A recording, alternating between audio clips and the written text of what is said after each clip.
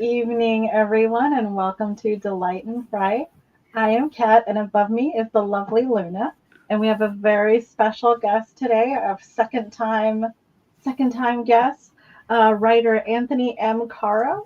He's going to talk to us today about his most recent book, Dreaded Invocations: Terrifying Horror Tales to Utter in Hushed Tones. Ooh. Super mysterious. So, how have you been, Anthony? I've been doing great, and I just want to say thanks for bringing me back. I think this was might have been the second podcast I ever did, and that was exactly about a year ago, or almost a year ago. Aww. Yeah. Welcome So back. Hopefully, you've done more fun projects like that where you can, talk about all your fun stuff that you've done. yeah. Sorry, that was a misclick on my part. Rookie mistake. Redo. Well, Redo. Hang on. Hang on. I forgot to do my hair. Where's hair and makeup? Come on now. So yeah, no, what's been going on, Anthony? well, a lot. What's funny is I didn't do a lot of projects, but I tried to make the ones that I did in 2024 count, so to speak. I wanted them to be more impactful, or impacting, however you want to say it. When I did my previous book, Tragedy Man, I mean, people who read it loved it, but I didn't have that right marketing approach to it.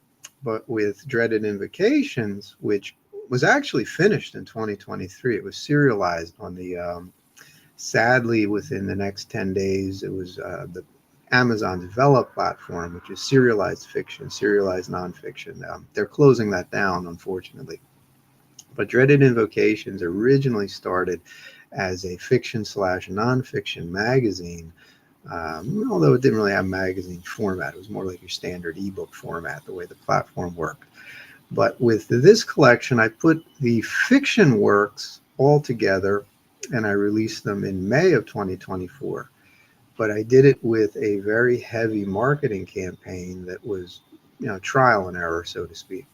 A lot of newsletter promotions, Facebook ads, that something that I didn't dabble as much with in the past, and really consistent, like trying to get something out there every week, and really booking myself on as many podcasts as I could.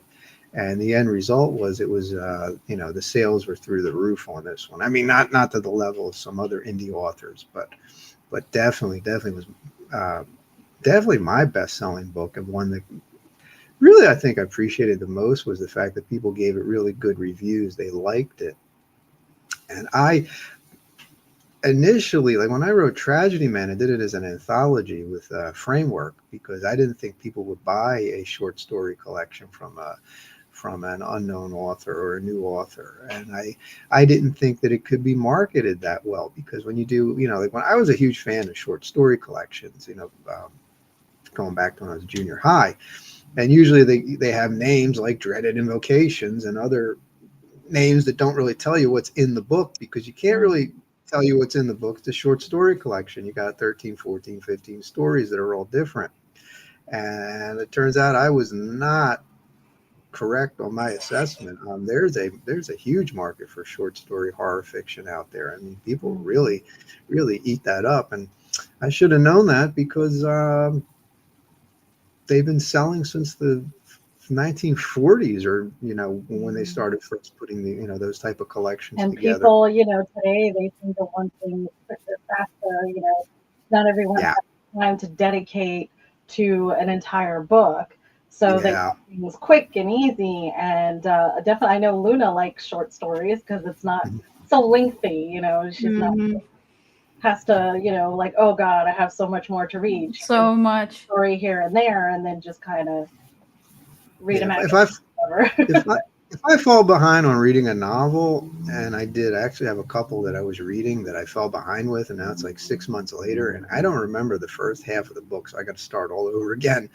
So, Yeah. but with a short story collection or a magazine or whatever, if you stop and you got to stop for a couple weeks, well, you're picking up on something new. No. new article, new chapter, or new story. So yeah, that's pretty much what makes them really valuable to a lot of readers. What I truly enjoy about that is, let's say you have a lot going on right now with work, stressors, I don't know, whatever life throws at you, relationship problems, work drama, housing issues, whatever the case may be, you read something and then you're like, I just can't because of all the stress. When you Mm. come back to it, you read it and you're like, wait a minute, that was in there the whole time. So it's kind of a perspective. So short stories really help you to get the material quickly and help when you're under a lot of stress to still try to decompress. But if you're reading this like giant anthologies, for example, like Lord of the Rings, it's so easy to get lost and not really and miss things because there's just Yeah, so much going on, yeah. You need the time to finish them. Oh yeah, and you And I got was to devote looking a at the lot of time. reviews, Anthony. It's doing really, really well. That's awesome. Yeah. Well, I was on a kick last couple years. I started going on eBay buying old men's adventure paperbacks, and they're obviously they're not short stories, they're novels, but they're short. They're like 180 pages, and they're written really brisk. And that's I don't really know if what the publishing industry is like these days. They definitely are not releasing thousands or hundreds of 200-page books every year for that sell 100,000 copies each. And I think one of the reasons for that is that everything has gone independent. Like those type of books, those type of pulp style books are now digital. They're self-published by Mm. authors or through small independent publishing companies that go out there now and release that kind of material. So yeah, that's kind of where you get your pulpy fix from now. It's all online. Yeah, absolutely. So what kind of inspired you to do Dreaded Invocations, and what can we expect to find in there? Well, it's a what and a who. I'll start with the who. Joyce Carol Oates, enormously successful author, great author. Um, she gave two points about what she felt that all authors would benefit from. I think the first was no distractions, and the second one was short wins. And what she meant by short wins was writing a short story, writing an article, writing something not a nonfiction or whatever, something smaller than a novel that you can finish quickly and you can publish, hopefully quickly. Um, because when you tackle a very large project, it takes a long time to finish it, and that's why I like serializing things, because you could release a work in progress, a more polished work in progress, as something that people could come back to every time you did a new chapter or a new chapter, a new section. With Dreaded Invocations, I was writing a lot of things and doing a lot of things at the same time, and sometimes you get a little burned out, where you hit a stumbling block. Like if you're trying to figure out how to, excuse me, how to flesh out your second act, and you might be sitting there with a draft that could take a month for you to work all those problems out on that in that second act, which can get boring, and it kind of makes it, it takes the fun out of it. So Mhm. by stopping and writing something else that might be 2,000 words or 1,000 words or whatever, you can do that. You can delve into that, and then you can jump back into what you were doing before. And that's a lot of these short stories and Dreaded Invocations were me taking a week off or taking 2 weeks off, or coming back to it a month later, and 2 days write a flash fiction story, and you know putting them out in the serial form. And when it was all finished, actually it was kind of short. I thought it was too short to go out there, and I had a couple science fiction stories that they didn't fit in a horror work. So I wrote a novella, Menace of the Mansion, which is towards the tail end. The second to last story is actually a novella, so it's rather lengthy.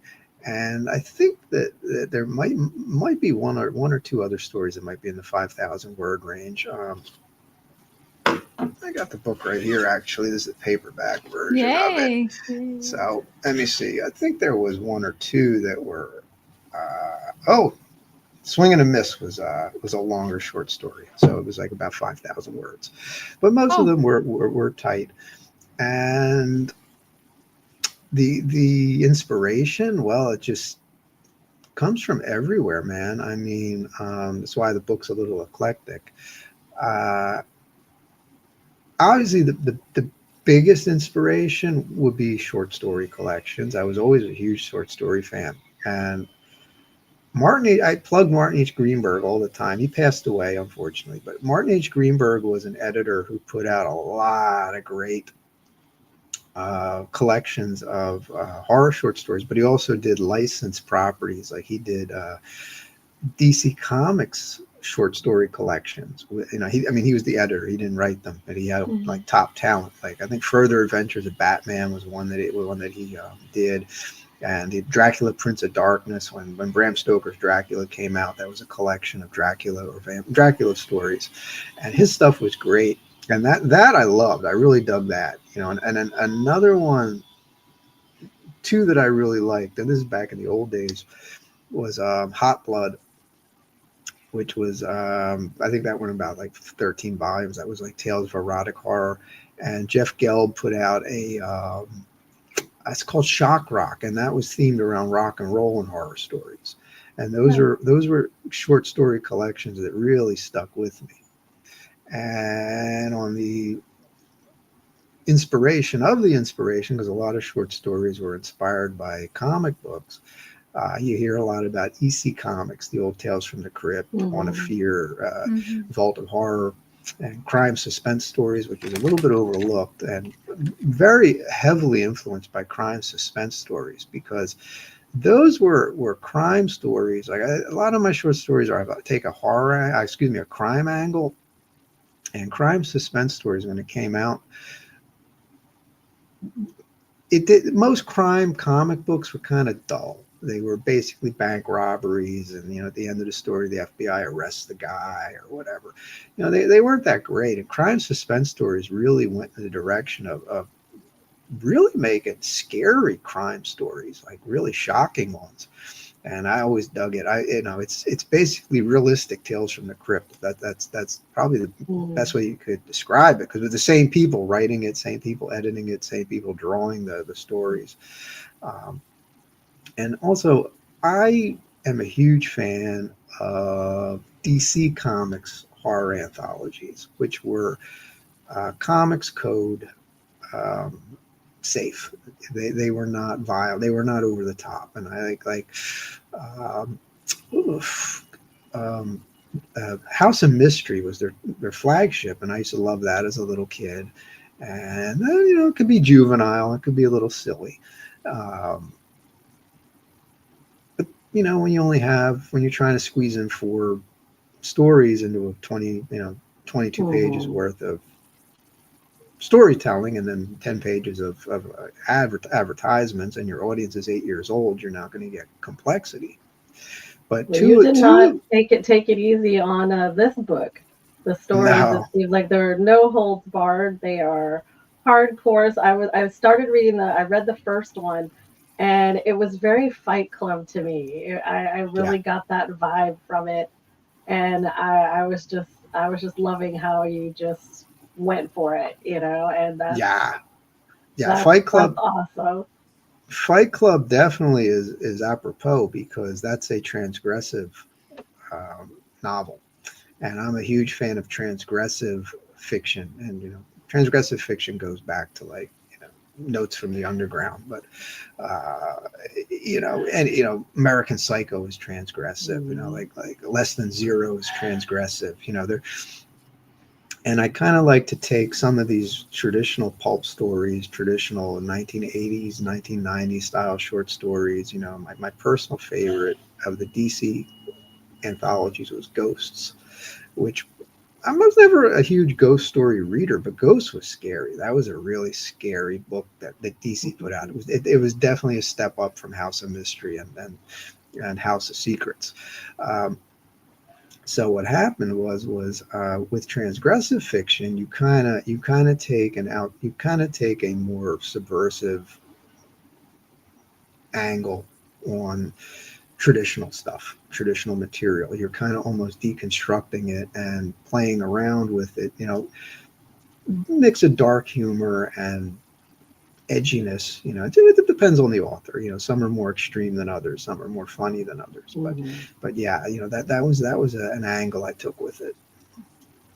Yeah, I definitely like stories that just it starts like right in the action, and you're just like you're like, what's going on? And just craziness nonstop. And then then it backtracks and you kind of get to understand the why behind what's going on. Yeah. But I like that jolt right up at the front. Just like, here's what's happening. You're right in the middle of the action and you're like trying to figure out where you are and what's going on. And I love that type of writing. That's a lot of my writing kind of starts that way. I'm like, and then I don't even know what's going on. I'll just it'll just come to me, and then I'll just try to figure it out. Okay, why are they here? What is this character? It just kind of builds. What is your process with creating these characters? Oh, what happens is I try to come up with a premise. You have to have the story has to be about someone. It has to be about something. There has to be a conflict. The character has to have a goal. It could be a very simple goal, like cowboys gotta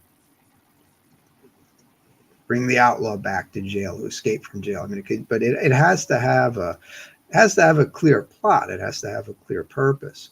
But a premise is kind of loose. It's just, you just have a general idea, and then you might flesh a scene out here or there in your head that sounds cool, but it has to be connected to a story. And once you start coming up with a story, you also start coming up with who it's about.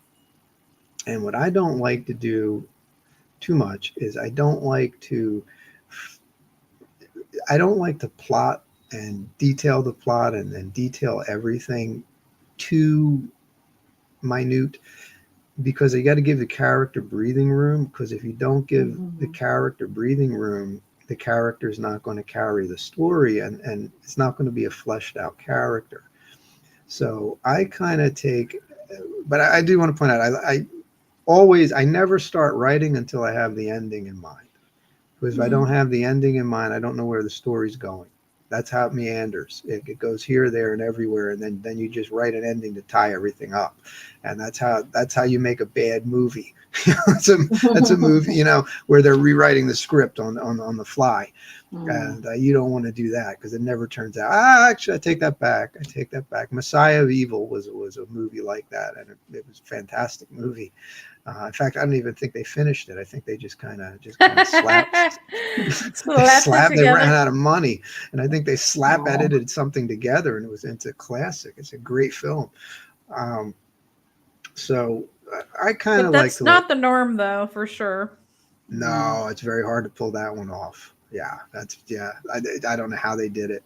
You could see it was a little slapdash at the end. You're like, okay, now why? It's a little bit too supernatural at the end, but for all I know, the ending might have been at the beginning in the first cut, because that's happened too. They've rearranged scenes just for just. Have you ever had your ending in mind and maybe changed it because of the way the characters evolved, or you always stick with that?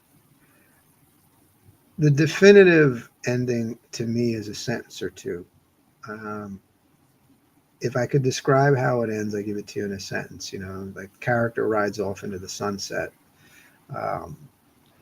The definitive ending doesn't change, but what could change is how it's done can change, okay. Or it could be expanded, or it could be tweaked, but it's never going to change too dramatically, because that's how it ends. Like I don't. You don't constrict yourself. No, I don't. I don't write the whole thing out as like, like the last page and spend, this is how it's going to end. This is the final draft of the last page, and now everything's going to fit to that. It's a general idea, general premise. It's how I want it to end, and then the first act is your setup. It has to set everything up clearly.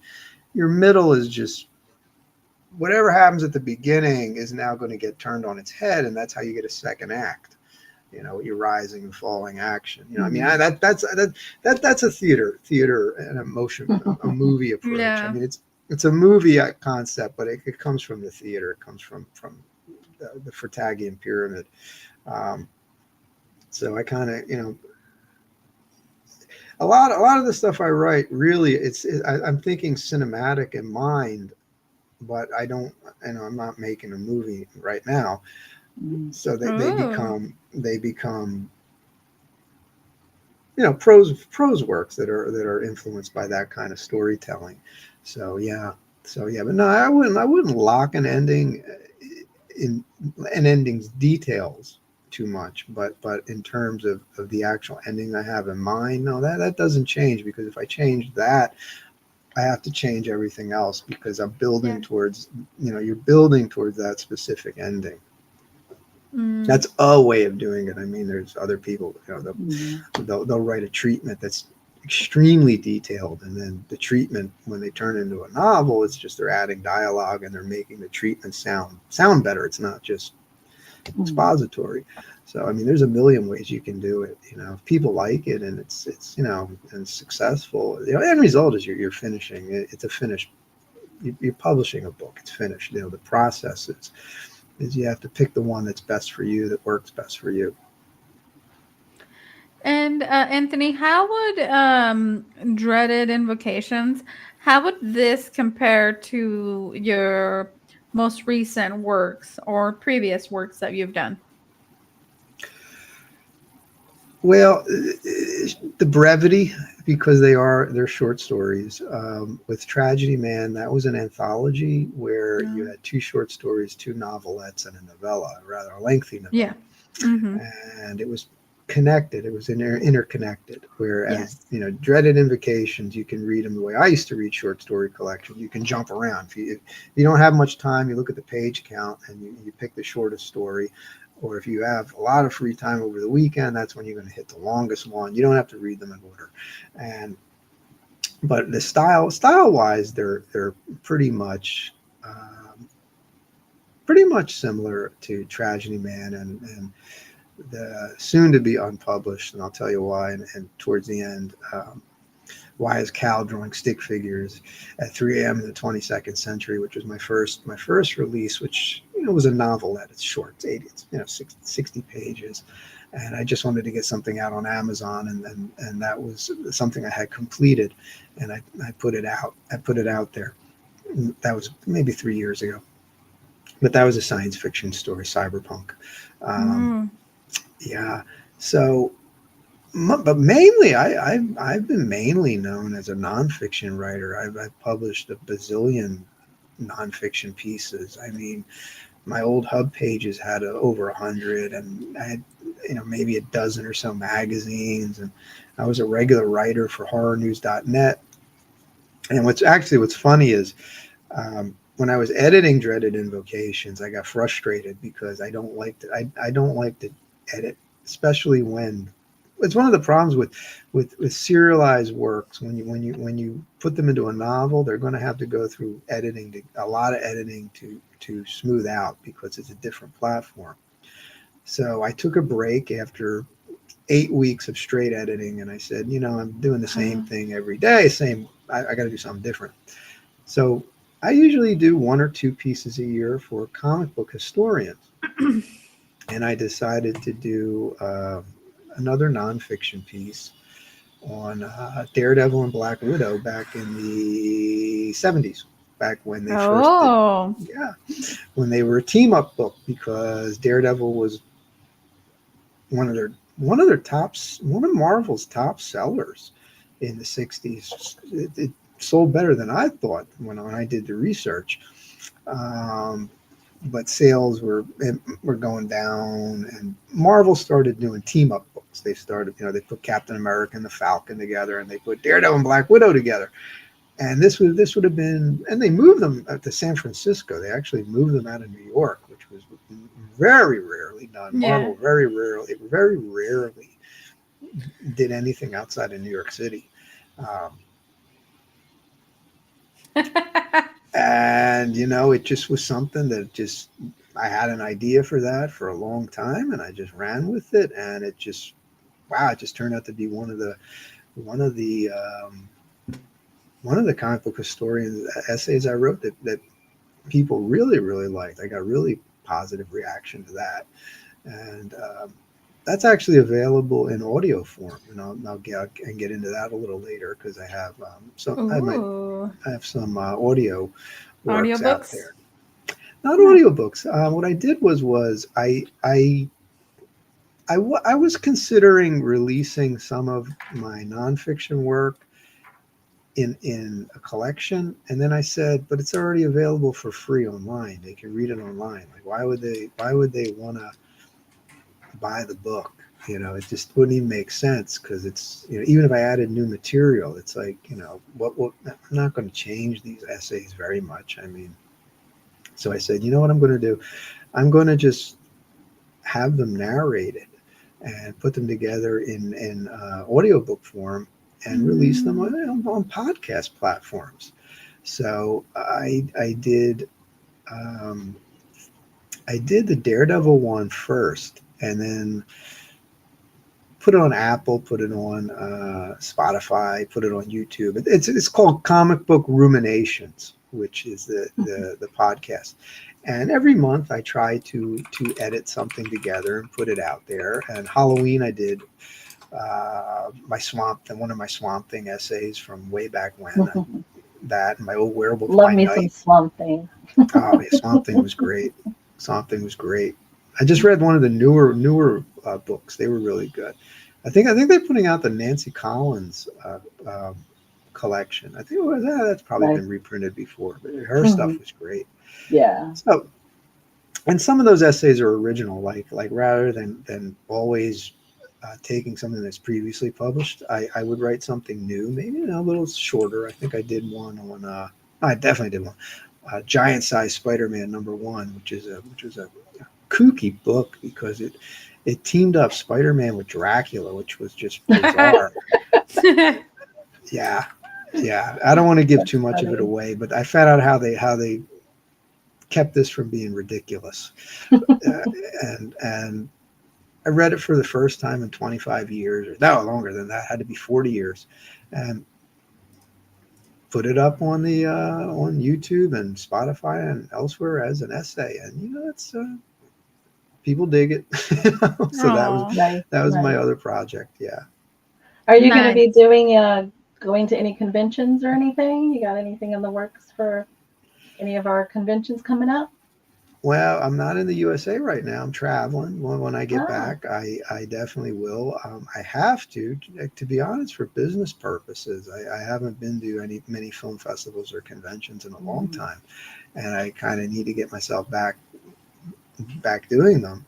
And maybe I can hook up with somebody, and if I can get some hardcovers of my books, put up a table and do signings. Oh, that'd be cool. Yeah, but that's still idea down the road. So we'll see what happens. You got to stew in it a little bit. It's a lot of planning to do them. Yeah, from what I understand. It's a lot of logistics. Not only logistics, you have to pay for the table. You have to make sure you have merch to provide to the attendees, and if people want to buy, you've got to make sure you have the material for them to buy, and it's a lot. It's a lot of preparation and a lot that goes into them. So I understand wanting a little more time to kind of mull them over. But since we have everybody here now, I will share with you guys, if you guys do want to read Anthony's book, you can just go on Amazon, type in Dreaded Invocations in the search bar, and you can definitely get a paperback for $12.99. So great, great affordable book there. And you can also read it free on Kindle Unlimited if you're interested, if you like the Kindle books. So that's pretty awesome. And if you do click about the author, you can find out all the other stuff he's done, like a Tragedy Man, Universal Monsters, Uh-oh, you and know what you're going to see? what am I gonna see? You're going to see, well, I'll tell you when you're done. Oh, do you want me to click back on it? No, it's okay. Is No, it there? okay. It's, I don't see it. I don't know why it's not there. No, I'm also published in, that's it, This Horrific is Tales. Horrific Tales. That, Cool. that is not, That's not not one, yours. it's not something I published. I contributed a story to that. That is through Ah, Horrific podcast. The Horrific podcast, Horrific Tales, is their fiction um, section on their podcast. They read audio fiction, and that is the first original short story collection, themed short story collection called Hauntings, oh, which is ghost stories by oh, Horrific Productions, and you get me and a whole bunch of. Uh-oh, that was a siren. Uh-oh. oh, They're coming to get you. no. Yeah, Horrific Tales is really cool. You got that's by Colin Martin. He edited it, and I stumbled the word edited. I can never pronounce it. I've never been able to pronounce that word. Edited. Yeah, you got to say it real fast. Revised. Edited. You know, just I did the editing. yeah. But that's that word. awesome. You can read the full bio here. All of these fun things. Yeah. So, and your book recommendation is Blade Runner. That's pretty awesome.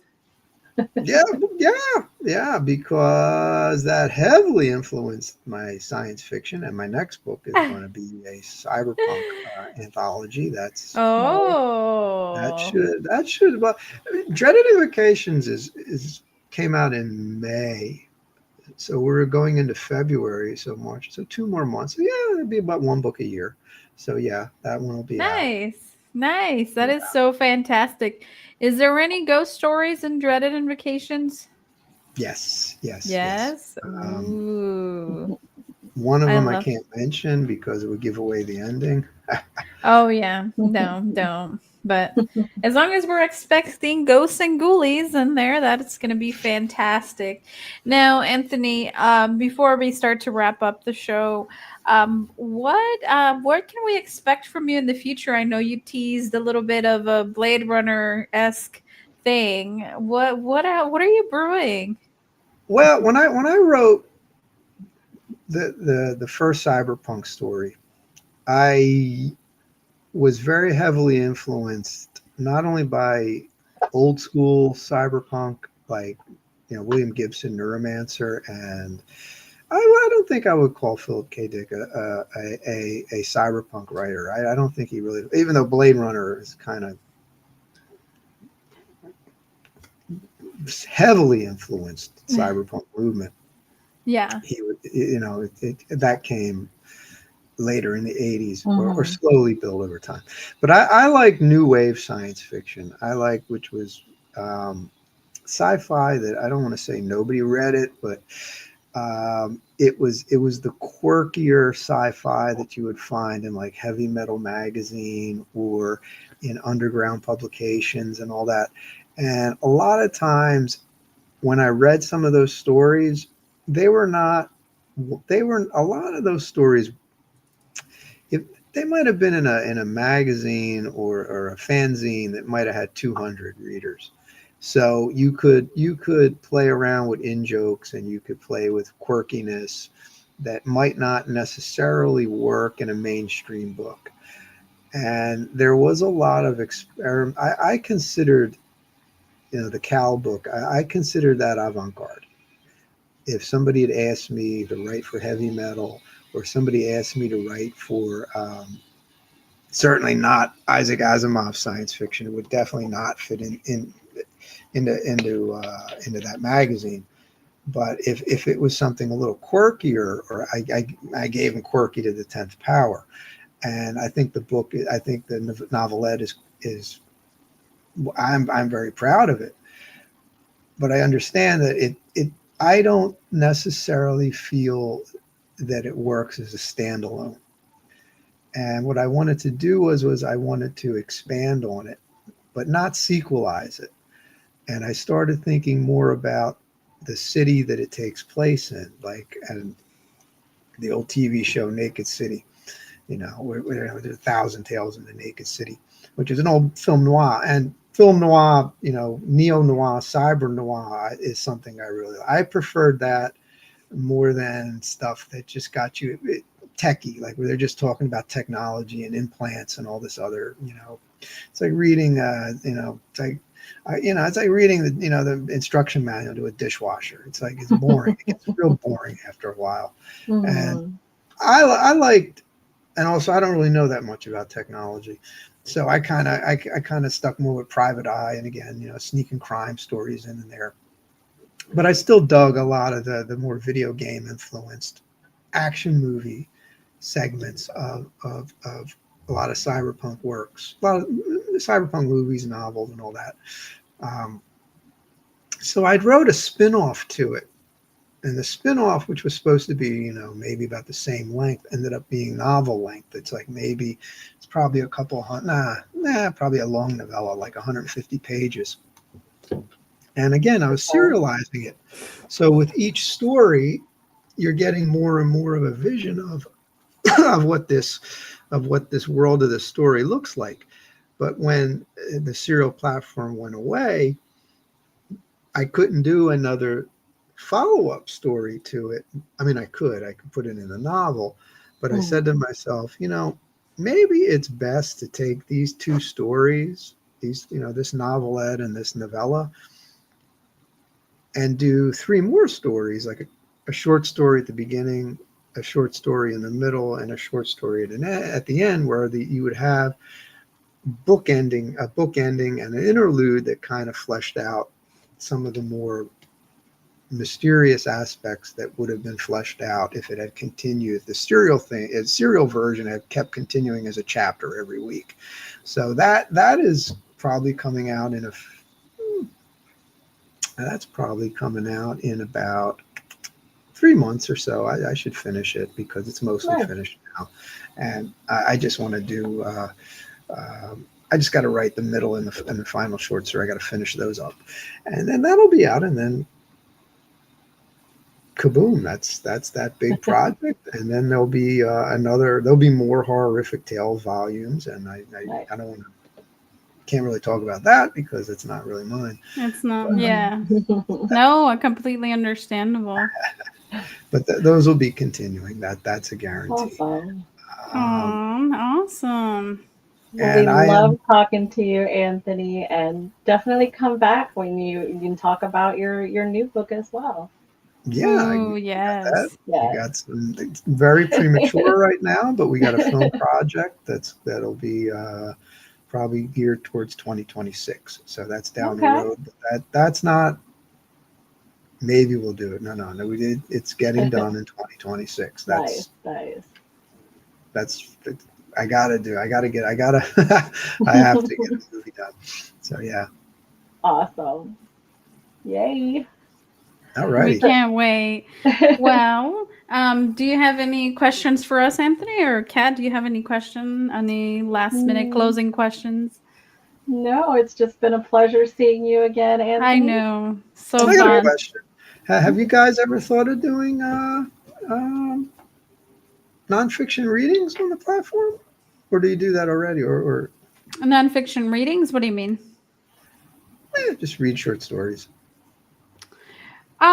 That's not something that we've ever ventured on. I think it would require a lot of asking the writers to be able to do it, because we can't just start reading. You know what I mean? Because a lot of a lot of writers are very particular. Like you don't want spoiler alerts. You don't, you know what I mean? So I would want to be careful and make sure I have the writer's consent and permission to read something and give them the proper credit, stuff like that. But I'm not opposed to it in future segments. Yeah, you could do that. That'd be cool. Maybe do flash fiction, like have people send in 700 word or 1,000 word little custom deals for the show. Nice. Yeah. Or do some like fan fiction, like that's always fun. Yeah. But yeah, we'll have to look into that. Yeah, that'd be cool. I like to listen to stuff like that. That's why. Oh, you do? Oh, nice. Yeah, I think that would be sweet. We have Bill okay, joining us. Somebody wants to say hello. Come here, buddy. Oh, you have a friend. Yeah, he likes to interject. Hi, buddy. Beautiful. What? Sorry. What's his name? Or her Frida. name? Frida. Oh, Frida, cute. Oops, got a hairball. Oh. I hear when that happens. I hear her. Oh. So next week we have Bill Russell joining us again, of Puppet Master Dr. Death. So he's going to be talking with us about what he's currently got going on. And it'll be his second time on our show as well. So we're just doing second time redos with all our guests. Yes, we love it. We're here for it. We love all the energy that everybody's brought in 2024. Now with 2025, we have new energy, new material, new content, and we're very excited. And we're trying to stay warm in Florida. This is weird. It's snowing. There's all kinds of crazy shit. Wow. Yeah. There's snow on the sand. There's people on social media that are like, with the skis, they're like skiing in the sand with the snow, and I'm like, what is going on in Florida? We're just having a grand old time over here. Florida man's at it again. At it again always. But yes, join us next week where we talk with Bill, and then this week we talked with Anthony. I posted his link to his Amazon, so go ahead and support him, read his stuff. You can get it on Kindle, as you saw, and you can read it, check it out, and and I will see you guys next week. Thank you so much, Anthony, for stopping by, and thank you. Have a great rest of your day, everyone. All right. Bye, everybody. Bye. Cthulhu, bye. Cthulhu, bye. The tentacles. Bye, everyone. See ya.